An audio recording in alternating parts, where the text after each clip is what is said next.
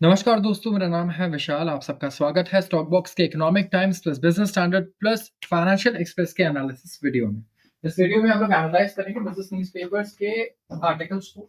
वो आर्टिकल्स जो आपके इनकम, आपके खर्चे, आपके इन्वेस्टमेंट्स की वैल्यू और इसके अलावा आपके बिजनेस या जॉब के प्रोस्पेक्ट्स, इन 5 चीजों को कोई भी खबर अगर इम्पैक्ट कर रही है तो हम उस खबर को यहाँ डिस्कस करेंगे, एनालाइज करेंगे, डाइसेक्ट करेंगे कि क्या इसका इम्पैक्ट है, क्या कितनी इसमें सच्चाई है और क्या आगे चीजें हो सकती हैं। तो यहाँ पे हम लोग एक ओवरव्यू ले लेते हैं आज के आर्टिकल्स को। और कल हमने सवाल भी पूछा था। कल का सवाल, 2 सवाल थे कि इंडिया कौन से करेंसी में सबसे ज्यादा डेट लेता है बाहर से। बहुत सारी करेंसीज हैं, येन है, युआन है, अलग अलग करेंसीज है। तो कौन सी मेजर करेंसीज हैं जिसमें हमने डेट लिया है, वो टॉप 3 करेंसीज।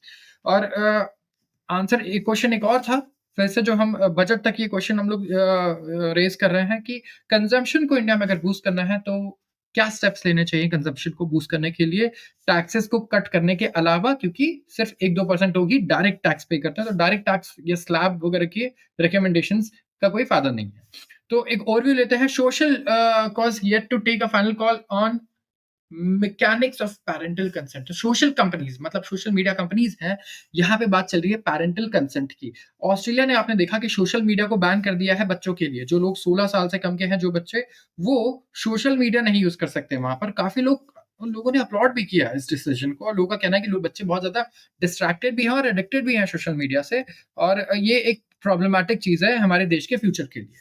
तो इंडिया में भी ऐसी बात आने लग गई। तो यहाँ पे बिग टेक मतलब बड़ी कंपनी जो है वो वे कर रही है कि क्या क्या हम चीजें कर सकते हैं, पैरेंटल कंसेंट ला सकते हैं, क्या हो सकता है, ये हमें देखना होगा। इसके अलावा बच्चों का जो डेटा है उसको लेकर भी काफी सारी चीजें हैं कि आप बच्चों का डेटा जो कलेक्ट कर रहे हो उसे भी आप किस तरीके से यूज कर सकते हो। यूएस प्रेसिडेंट ने डावोस को यहाँ पे एड्रेस किया है। स्विट्जरलैंड में डावोस समिट चल रहा है। यहाँ पे वर्ल्ड इकोनॉमिक फोरम में सारी कंट्रीज पार्टिसिपेट कर रहे हैं, कंपनीज भी पार्टिसिपेट कर रही हैं। तो डोनाल्ड ट्रंप ने कहा कि हमें ऑयल प्राइसेस घटाने हैं और ब्याज दर भी घटाने हैं। तो ये दोनों चीज हर एक आम आदमी सुनना चाहता है, ठीक है। बट ये करना आसान नहीं है। जब करो तो उल्टा और परेशानी क्रिएट हो जाती है बहुत सारी। तो ऑयल प्राइसेस, तो सप्लाई बढ़ता है अगर, तो वहां से सही हो सकता है। और इसके अलावा इसराइल और गाजा के बीच में जो यहाँ पे ठूस हुआ है, तो ये, इससे भी फर्क पड़ेगा। दूसरा रेट कट्स। तो रेट कट्स करना तो मेरे ख्याल से इनके हाथ में है नहीं, क्योंकि यहाँ पे फेडरल रिजर्व डिसाइड करेगा कि रेट कट्स होने चाहिए, नहीं होने चाहिए। और इस बार तो वो कह दिया है उसने कि वो थोड़ा हॉकिश है। वो आसानी से नहीं एक्सपेक्ट कर रहा कि रेट कट होंगे इतने जितने लास्ट ईयर हुए हैं। Invest in stocks China to insurers. अब ये देखिए, चाइना अपने म्यूचुअल फंड और इंश्योरेंस कंपनीज को बोल रहा है कि भैया स्टॉक मार्केट में पैसा लगाओ, जो पैसा लोगों से ले रहे हो। ये इस तरीके की स्टेटमेंट्स आई, तो क्यों आई है ये देखेंगे हम। Brokers feel the pinch of regulatory actions, market slow down in Q3। Brokers यहाँ मैं बात कर रहा हूँ, Zerodha, grow, Motilal Oswal, ICICI, HDFC, ये सारे ब्रोकर्स भी हैं, राइट। ब्रोकर्स बेसिकली ऐसा एक ऑर्गेनाइजेशन या कंपनी जिसके थ्रू आप शेयर्स को खरीद सकते हैं या बेच सकते हैं शेयर बाजार में। तो यहाँ पे रेगुलेटरी एक्शंस की वजह से इनको थोड़ा प्रॉब्लम हुआ है, इनकी प्रॉफिट कम हुए हैं। तो देखेंगे क्या फर्क पड़ा है ओवरऑल ब्रोकर्स के पर गवर्नमेंट के डिसीजंस का। Overnight VRR auction worth 2 trillion rupees today. तो यहाँ पे आरबीआई वीआरआर ऑक्शंस कर रहा है 2 ट्रिलियन रुपीज का। तो क्या है ये, इससे क्या फायदे हैं, हम ये डिस्कस करेंगे। Budget should solidify growth path. तो यहाँ पे बजट एक एडिटोरियल आर्टिकल है और कह रहा है कि इसे सॉलिडिफाई करना चाहिए ग्रोथ पाथ को, कि आगे हमारा क्या पाथ रहने वाला है ग्रोथ का। तो कुछ अच्छे अच्छे इसमें रिकमेंडेशंस हैं जो हम डिस्कस करेंगे। तो आज आर्टिकल्स थोड़े कम हैं, मगर 3 न्यूज़पेपर पढ़ने के बाद हमें सिर्फ इतने ही आर्टिकल्स मिले हैं जो काम के आर्टिकल्स हैं, जो आपको रियली जिसका कुछ इम्पैक्ट पड़ रहा है आपकी लाइफ पर। इसके अलावा यहाँ पे कुछ कमेंट्स भी थे कल के, जो आंसर्स थे, जो एक्यूरेट आंसर्स हैं, वो एक बार डिस्कस करेंगे कि कौन कौन से आंसर्स एक्यूरेट थे। तो यहाँ पे रवि जी ने आंसर किया है कि डोमिनेटेड करेंसीज इंडिया की डेट में क्या है, dollar, and other could be yen and euro. तो ये बिल्कुल सही आंसर है। येन वगैरह के फॉर्म में हम इंफ्रास्ट्रक्चर डेट लेते हैं। हम देखते हैं कि जापान इंडिया में इंफ्रास्ट्रक्चर में इन्वेस्टमेंट्स करता है और सॉफ्ट लोन्स देता है, जैसे कि बुलेट ट्रेन के लिए उन्होंने हमें दिया है सॉफ्ट लोन, जिसमें 1% का ब्याज होता है, सिर्फ बहुत ही कम ब्याज होता है। And euro obviously, and dollar यहाँ पे रहेगा नंबर 1 पे। तो ऑल्दो मैं आपको बता दूं कि इंडिया एक्चुअली एक्सटर्नल डेट ज्यादा लेता है नहीं, बहुत ही कम शेयर होता है हमारा एक्सटर्नल डेट का। यहाँ पे एक और आंसर आया, डॉलर, येन, यूरो। वर्ल्ड बैंक से डॉलर लेते हैं, फ्रांस से यूरो, एंड जापान से येन में हमें लोन मिलता है। फिर अगला आंसर आया रागिनी जी का। इन्होंने कहा है कि cut these items for consumption boost. Interest rate, CRR, GST, subsidy increase in top 3 currency. इन्होंने आंसर किया है डॉलर, येन एंड यूरो। तो इन्होंने कंजम्पशन बूस्ट के लिए कहा है कि ब्याज दर को घटाओ, दैट इज आरबीआई का decision. CRR, yes that is, अच्छा ये बड़ा अच्छा कॉम्बो बताया ने, ब्याज दर को घटाओ और लिक्विडिटी को इंक्रीज करो। सीआरआर को भी आप थोड़ा सा कट करो, जीएसटी को यहाँ पे घटाओ। This is a good answer. GST पे क्या होगा, क्योंकि इंडिया में प्राइस प्राइस सेंसिटिव मार्केट है यार। इंडिया बहुत क्या है, प्राइस प्राइस सेंसिटिव लोग हैं इंडियन लोग। तो जीएसटी अगर कट होता है तो कंजम्पशन पे टैक्स थोड़ा कम होगा, तो कंजम्पशन इंक्रीज होगा। एंड सब्सिडी इंक्रीज करना भी आप कह सकते हो कहीं पे मदद कर सकता है। बट दैट मतलब इसके ये कितना एक्सपेंसिव पड़ता है गवर्नमेंट को, हमें ये देखना होगा। शिवम ने कहा है India ECB external commercial borings के 3 करेंसीज है, यूएस डॉलर सबसे ज्यादा प्रेफर्ड करेंसी, यूरोपियन मार्केट्स के लिए common euro and Japanese yen, low interest infrastructure. अच्छा, लोगों के आंसर बिल्कुल एक्यूरेट है, तो आई होप कि आप गूगल सर्च नहीं कर रहे हैं, क्योंकि फिर कोई फायदा नहीं है ऐसे आंसर्स करने का। प्रभात शर्मा ने आंसर दिया है कि गवर्नमेंट कंजम्पशन को दो ही तरीके से इंक्रीज कर सकती है, या तो गवर्नमेंट स्पेंडिंग बढ़ जाए या तो टैक्सेस घट जाए। तो 2% लोग टैक्स दे रहे हैं, इनकम टैक्स। तो दूसरा तरीका क्या है कि गवर्नमेंट स्कीम्स पे पैसा खर्च करे, इन्वेस्ट करे, स्किल डेवलपमेंट प्रोग्राम पे खर्च करे, तो इससे बेनिफिट होगा, इंप्लॉयमेंट अपॉर्चुनिटीज बढ़ेंगी, एसेट क्रिएशन होगा, वेल्थ क्रिएशन होगा। ठीक है, तो कैपिटल इन्वेस्टमेंट का मतलब क्या है, यहाँ पे रेलवे को डेवलप करो, हाईवे को डेवलप करो, और दूसरे इंफ्रास्ट्रक्चर प्रोजेक्ट्स को करो। एक रेक्स का एक आंसर आया है कि हमने पॉइंट आउट किया है कि सिक्योरिटी जो है कंजप्शन को बूस्ट कर सकता है, अगर लोगों को सिक्योरिटी मिले, लाइफ में सिक्योर फील करे वो। तो यहाँ पे basic needs, food, shelter and health. तो हेल्थ में जीएसटी को रिड्यूस करना चाहिए, 18% जीएसटी हमारे हेल्थ इंश्योरेंस प्रीमियम्स पर, राइट। और 100% एफडीआई अलाउ करना चाहिए इंश्योरेंस सेक्टर में, ताकि हेल्थ इंश्योरेंस का पेनिट्रेशन इंक्रीज हो, जो अभी 74% है, that is a good point.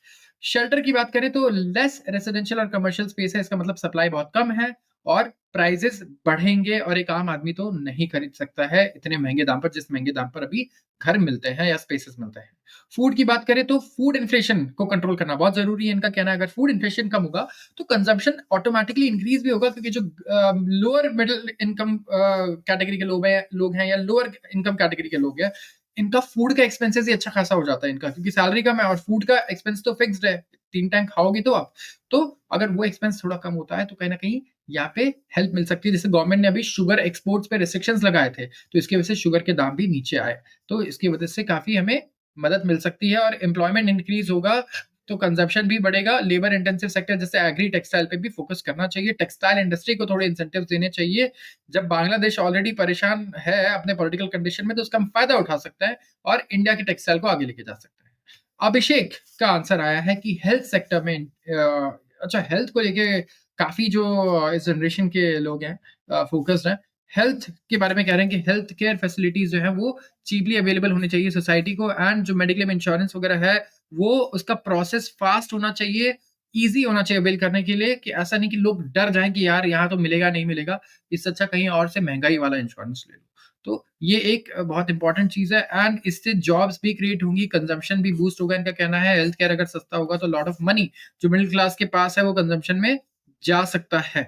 And जो मेडिक्लेम स्कीम होगी वो बूस्ट करेगी कंजम्पशन को, जब प्रोसेस जो है इसे अवेल करने का, वो इनका कहना है वो रिलायबल हो और इजी हो। तो टैक्सेस भी जो हेल्थ केयर प्रोडक्ट्स पे हैं वो स्लैश होने चाहिए, तो कंजम्पशन भी इंप्रूव नहीं होगा, खाली इससे सोसाइटी भी ओवरऑल इंप्रूव होगी। तो अभिषेक काफी ज्यादा एम्फेसाइज कर रहे हैं हेल्थ केयर पे, और इनका कहना है कि हेल्थ केयर पे अगर इन्वेस्टमेंट ज्यादा होता है तो कहीं ना कहीं कंजम्पशन बूस्ट हो सकता है। अब आते हैं आज के आर्टिकल्स पे, आर्टिकल्स को डिस्कस कर लेते हैं आज। सबसे पहला आर्टिकल ये देखिए, सबको इम्पैक्ट करेगा कि घर में या तो सबके छोटे भाई बहन हैं या बच्चे हैं, राइट। तो सोशल मीडिया कंपनीज यहाँ पे वे कर रही है कि क्या फायदे और नुकसान है वेरियस मैकेनिज्म्स के।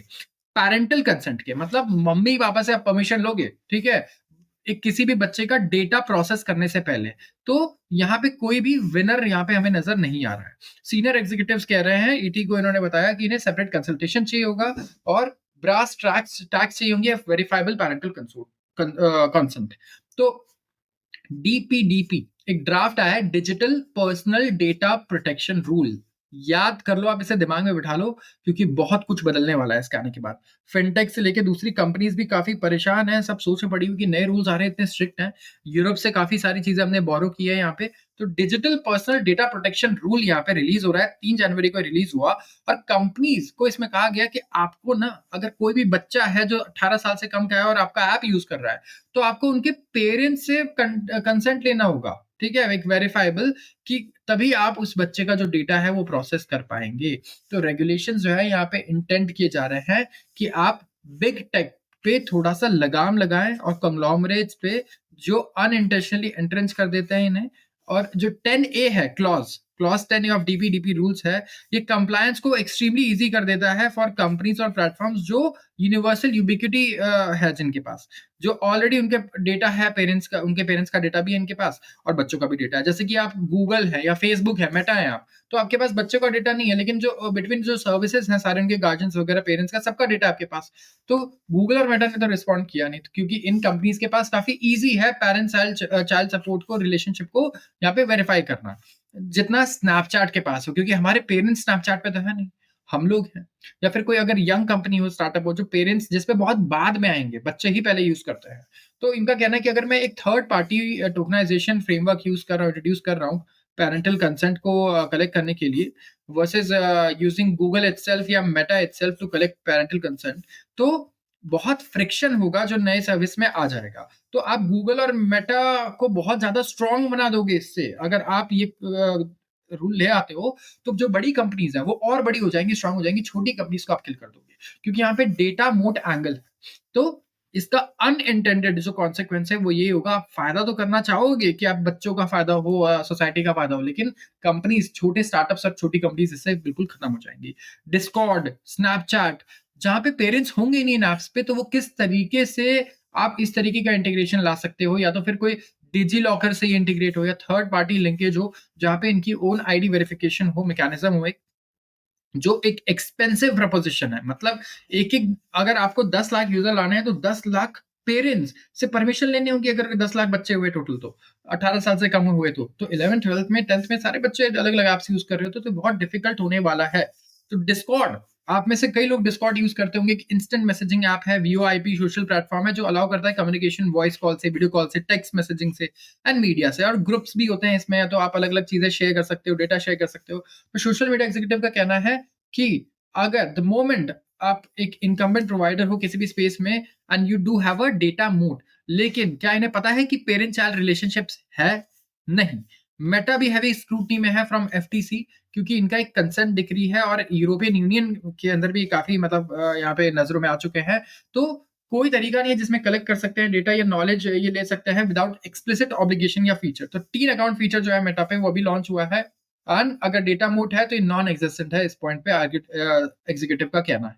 तो यहाँ पे पेरेंट चाइल्ड रिलेशनशिप एक तो फिगर आउट करना not, it is not easy, and बहुत डिफिकल्ट हो जाएगा कंपनीज के लिए ऑपरेट करना अगर इस तरीके के रूल्स आते हैं तो। Trump urges lower prices, lower oil prices and rate cuts. Trump ने क्या किया है इस बार? ट्रम्प ने कहा है कि वो सऊदी अरेबिया और दूसरे OPEC nations, oil and petrol में एक्सपोर्टिंग कंट्रीज को बोलने वाला है कि आप ब्रिंग डाउन, मतलब नीचे लेकर आओ कॉस्ट ऑफ ऑयल को, ऑयल के कॉस्ट को कम करो। और कहा कि थ्रेट किया कि ये करेंगे यूज क्या, टैरिफ्स का, मैन्युफैक्चरिंग को वापस यूएस में लेकर आएंगे। और उन्होंने एड्रेस किया वर्ल्ड लीडर्स को gathered in Davos on Thursday. तो इनको कहना है, इन्होंने ठान लिया है कि मैन्युफैक्चरिंग सेक्टर को ये वापस यूएस लेके जाएंगे। भगवान जाने ये कैसे होगा, क्योंकि अगर यूएस में चीजें सारी मैन्युफैक्चरिंग होने लग गई, तो या तो आप ये करो कि भाई यूएस में मिनिमम वेज एक्ट हटा दो कि $1 आधे डॉलर पे लोग काम करना शुरू कर दें, नहीं तो फिर यूएस में आप लोगों को सब्सिडी दो कि वो $1 की जो चीज है वो $10 में खरीद पाए, क्योंकि अगर अमेरिका में मैन्युफैक्चरिंग होगी चीजों की तो वो इतने महंगे होंगे कि गवर्नमेंट को उन्हें सब्सिडाइज करना होगा सिटीजन्स को कि आप अमेरिकन मेड प्रोडक्ट्स को खरीदो। तो ट्रम्प पता नहीं क्या सोच रहे हैं इस वक्त, या सोच भी रहे हैं या नहीं ये सारी चीजों से, चीजों के बारे में। इनका ये भी कहना है कि डिमांड करेंगे कि immediate drop in interest rates, जो इनका कहना है कि राशेट अप हुआ है डेफिसिट्स को जिसने बढ़ाया है, एंड इसकी वजह से इकोनॉमिक कैलामिटीज जो है वो आई है जो बाइडेन के टेन्योर में। तो इन्होंने प्रॉमिस किया है कि एलिमिनेट करेंगे 10 ओल्ड रेगुलेशंस हर नए रेगुलेशन के साथ। तो एक नया रेगुलेशन लाएंगे तो 10 को हटाएंगे, और ये पास करने वाले हैं largest tax cuts in American history, और मदद करेंगे लोगों की। और ये शुरुआत होगी इसकी from confronting the economic chaos जो कॉज होगा by failed policies of last administration, he added. तो ओवर पास्ट 4 इयर्स जो गवर्नमेंट है उन्होंने रैक किया है कितना, $8 ट्रिलियन वेस्टफुल डिफिसिट स्पेंडिंग में, और इन्फ्लिक्ट किया है नेशन रेकिंग एनर्जी रिस्ट्रिक्शंस, इतने एनर्जी के रिस्ट्रिक्शंस लगा दिए हैं यूएस में ट्रम्प जो वर्चुअली अपीयर हुए थे, उन्होंने लीडर्स को कहा है कि यहाँ पे की पुश है होगा इनके सेकेंड टर्म में कि हम टैरिफ्स को यूज करके मैन्युफैक्चरिंग को वापस लेकर आए। तो अगर आप प्रोडक्ट अमेरिका में नहीं बना रहे हो, जो आपका प्रेरोगेटिव है, देन सिंपली आपको टैरिफ पे करना होगा, डिफरिंग अमाउंट्स, बट जो टैरिफ है वो directly hundreds of billions of dollars में होगा और इवन ट्रिलियंस ऑफ डॉलर्स में भी हो सकता है, जो हमारी ट्रेजरी में आएगा। तो कहीं न कहीं बहुत डीपली सोचना होगा ऐसे कुछ चीज़ें करने से पहले, क्योंकि इससे फ़ायदा किसका होगा? मैं ये कहूँगा आप पॉलिसीज़ ऐसी बनाओ जिससे उसका हमारी कंट्री के लोगों का फ़ायदा हो। तो ये बहुत चैलेंजिंग रहने वाला है अगर ये मैन्युफैक्चरिंग को यूएस में शिफ्ट करना चाहते हैं तो। Invest in stocks, China to insurers. China guide कर रहा है local mutual fund and insurers को कि वो बूस्ट करे अपने स्टॉक परचेजेस को इन गवर्नमेंट्स लेटेस्ट इनिशिएटिव और शोर अप करे अपने एलिंग इक्विटी मार्केट को as it confronts the threat of higher tariffs. तो चाइना ने क्या कहा है, आप ये देखिए, चाइना कह रहा है म्यूचुअल फंड इंडस्ट्री को, अपने म्यूचुअल फंड को धमकी दे रहा है ये और इंश्योरेंस कंपनीज को कि भाई अपना जो पैसा पड़ा है ना तुम्हारे पास, फटाफट हमारे शेयर्स खरीदना शुरू कर दो, हमारे जो प्राइवेट कंपनीज हैं इनके, और शेयर मार्केट को आप ऊपर लेके जाओ। गवर्नमेंट ये कह रही है। और म्यूचुअल फंड्स ये कह रहे हैं कि इनका जो ऑन शोर इक्विटीज है, मतलब चाइना के जो शेयर्स है, वो एटलीस्ट बढ़ने चाहिए इनकी होल्डिंग्स 10% से एनुअली नेक्स्ट 3 इयर्स तक। और जो लार्ज स्टेट ओन इंश्योरर्स है, उनको कहना है कि जो इंश्योरेंस कंपनी है, जो प्रीमियम मिल रहा है आपको, करीब 30% आप इन्वेस्ट करो अपनी न्यू पॉलिसी प्रीमियम का 2025 से। जो चेयरमैन है चाइना के सिक्योरिटीज रेगुलेटरी कमीशन के, उनका ये कहना है। चाइना का जो बेंचमार्क CSI 300 है वो 1.8% बढ़ा अर्ली ट्रेडिंग सेशंस में जब ये अनाउंसमेंट आई। और हांगसेंग चाइना जो है एंटरप्राइजेस इंडेक्स, ये ट्रैक कर रहा है, जो ट्रैक करता है मेनलैंड स्टॉक को जो लिस्टेड है हांगकांग में, वो डाउन था 0.5%। तो पॉलिसी बहुत बेनिफिट देगी चाइना के शेयर बाजार को, क्योंकि भाई अगर कोई हर किसी भी दाम पे अगर शेयर्स खरीदेगा तो शेयर्स तो बढ़ेंगे ही बढ़ेंगे, राइट। तो स्टॉक्स जिनके हाई डिविडेंड यील्ड्स हैं वहां पे भी काफी यहाँ पे देखोगे इंटरेस्ट है। और स्टिल जो मेजर्स हैं वो एम्ड है कि वो स्टेबलाइज करे इक्विटी मार्केट को, एंड इंस्टेड कोई बहुत बड़ा लार्ज बूस्ट जो जरूरत होगी, जिसकी जहां पे हमें कैटलिस्ट चाहिए होंगे फ्रॉम फाइनेंशियल फिस्कल स्टिमुलस। तो यहाँ पे मेजर्स क्या कर रहे हैं कि एक तो इक्विटी मार्केट को स्टेबलाइज करना चाहते हैं, वहां का जो शेयर बाजार है वो स्टेबल नहीं है अभी, तो फिलहाल बहुत वॉलेटाइल रहा है पिछले 1 सालों में। और यहाँ पे बहुत लार्ज बूस्ट देने की जगह यहाँ पे हमें क्या चाहिए होगा, कैटलिस्ट चाहिए होगा फिस्कल स्टिमुलस से। इनका कहना है क्योंकि फिस्कल स्टिमुलस चाइना ने ट्रिलियंस ऑफ डॉलर्स का अनाउंस किया था, और यहाँ पे हमें शायद और ट्रिलियंस ऑफ डॉलर्स की भी जरूरत पड़ जाए, कुछ पता नहीं, क्योंकि जो पैसा आप लगा रहे हो आपको नहीं पता कि कब तक वो इकोनॉमी को चलाता रहेगा, पॉजिटिव साइकिल क्रिएट करता रहेगा। चाइनीज शेयर्स बहुत प्रेशर में है रिसेंट मंथ्स में, क्योंकि यहाँ पे इकोनॉमिक स्लो डाउन भी चल रहा है, हायर टैरिफ्स के भी थ्रेट हैं यूएस प्रेसिडेंट डोनाल्ड ट्रम्प द्वारा। तो ट्रेड जो है वो काफी इंक्रीजिंगली डिसअपॉइंटेड हैं ट्रेडर्स बीजिंग के यहाँ पे पीस मिल स्टिमुलस एफर्ट्स पे, और क्वेश्चन किया है कि क्या पोटेंसी है जो आप मेजर्स ले रहे हो, इनका क्या फायदा है, जो इंट्रोड्यूस हुआ है उनका कुछ हुआ भी है नहीं हुआ है। तो काफी कंसर्न्स है about economic malaise and escalating trade tensions caused the MSCI China index to enter a bear market this month। तो bear market में आ चुके हैं। bear market क्या होता है? दो मार्केट्स हैं, bull market and bear market। तो बुल मार्केट मतलब मार्केट जब ऊपर जा रही है लगातार, और bear market मतलब जब मार्केट नीचे जा रही है यहाँ पे, तो bearish मार्केट बोला जाता है इसे। तो इंडेक्स ड्रॉप हुआ है 3.5% this year through Wednesday, putting it among the worst performing indices in Asia। Brokers feel कर रहे हैं क्या, pinch of regulatory actions, market slow down in Q3। अब शेयर बाजार में अगर आप देखोगे, एक तो मार्केट भी नीचे जा रहा है, निफ्टी और सेंसेक्स। इसके अलावा गवर्नमेंट के कुछ नए रेगुलेशंस आए, और यहाँ पे जो प्रॉफिटेबिलिटी है इससे काफी हर्ट हुई है ब्रोकर्स की। स्टॉक ब्रोकिंग फर्म्स, इनको दिसंबर क्वार्टर में काफी बुरा रिजल्ट देखना पड़ रहा है, ठीक है। एंड जो क्यों रेगुलेटरी टाइटनिंग हुई है, रेगुलेटरी चेंजेस आए हैं, नियम कानून बदले हैं, इसकी वजह से क्या हुआ है, जो स्पेकुलेशन था फ्यूचर्स एंड ऑप्शंस में वो कम हुआ, वीकनेस आया सेकेंडरी मार्केट में भी, और रेवेन्यू और प्रॉफिट्स 5 लीडिंग ब्रोकर फर्म्स के थर्ड क्वार्टर में काफी स्ट्रेस शो कर रहे हैं, दिखा रहे हैं कि सेक्टर पे अब काफी ज्यादा स्ट्रेस है। आप एक ये भी चीज देखो कि पता नहीं कितने ब्रोकर हो गए मार्केट में। अगर आप खाली ऐप डाउनलोड करने चाहो तो इतने ब्रोकर हो गए हैं जितने मुझे लग रहा है कि शेयर्स नहीं मिले होंगे कुछ दिन में। 5,000 से ज्यादा ब्रोकर्स ही आ जाएंगे इंडिया में, 5,000 तो हमारे पास शेयर्स हैं। तो एंजल वन जो थर्ड लार्जेस्ट ब्रोकर है बाय क्लाइंट बेस, इन्होंने 17% क्वार्टर ऑन क्वार्टर डिक्लाइन दिखाया है रेवेन्यूज में। अपने रेवेन्यू 17% घटा है, नेट प्रॉफिट 34% नीचे आया है, from 423 crore in September to 281 crore in December. HDFC securities, इनका रेवेन्यू भी 13% डिक्लाइन हुआ है टू 790 करोड़, और जो नेट प्रॉफिट है वो गिरा है कितना, 16% से।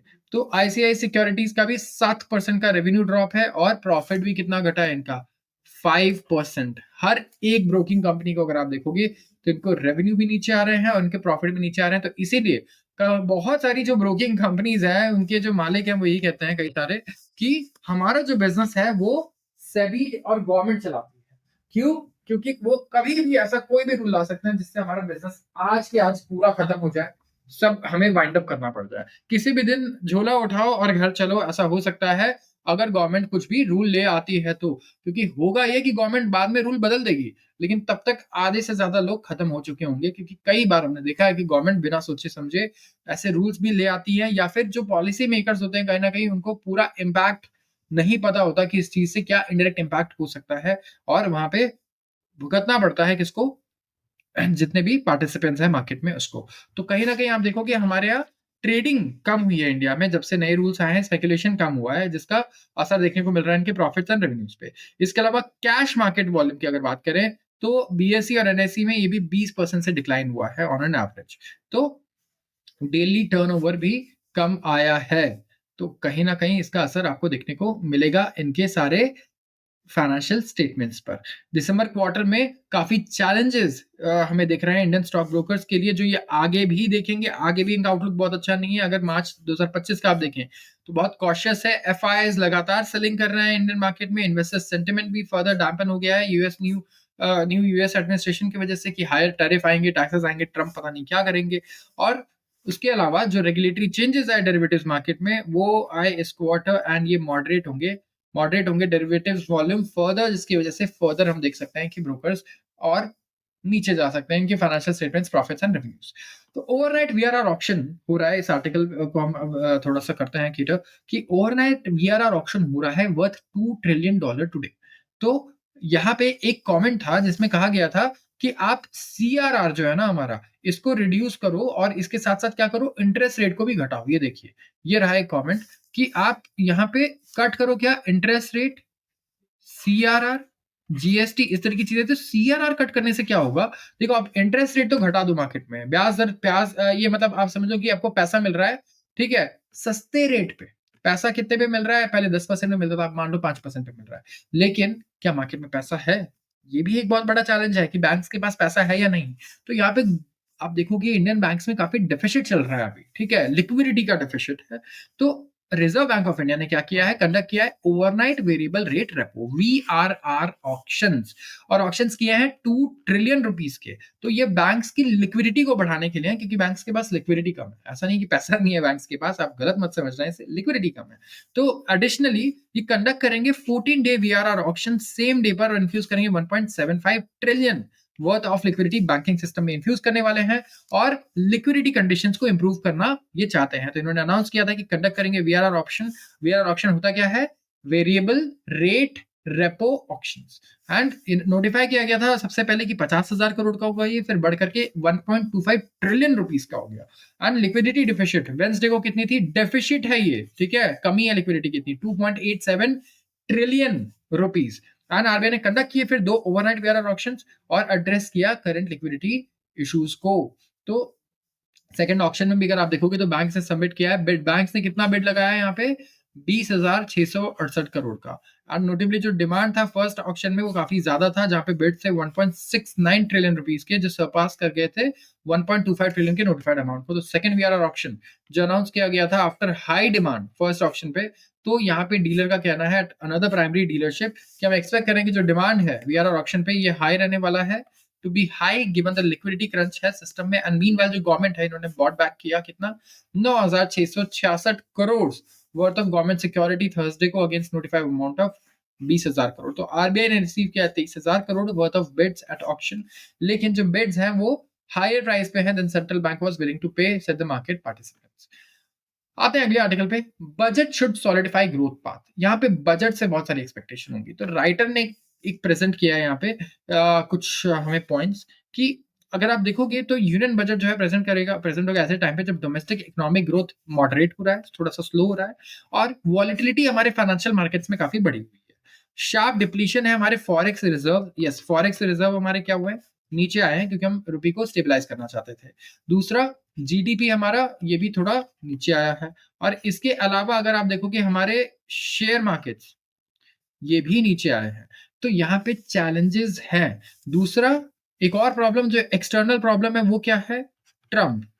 यहाँ पे ट्रम्प भी अनसर्टेन चीजें कर दे रहे हैं, तो ये बजट ना काफी ट्रिकी रहने वाला है, चैलेंजिंग रहने वाला है हमारे सरकार के लिए। तो सबसे पहले इन्होंने यही कहा, जो सब कह रहे हैं वो है कंजप्शन बूस्ट। जो गवर्नमेंट है उनका पोस्ट कोविड के बाद से फोकस था कि भाई हम कैपिटल इन्वेस्ट करें इकोनॉमी में और रिकवरी लेकर आए, और काफी बढ़िया भी रहा, काफी इन्वेस्टमेंट हुई और इससे रिकवरी भी आई।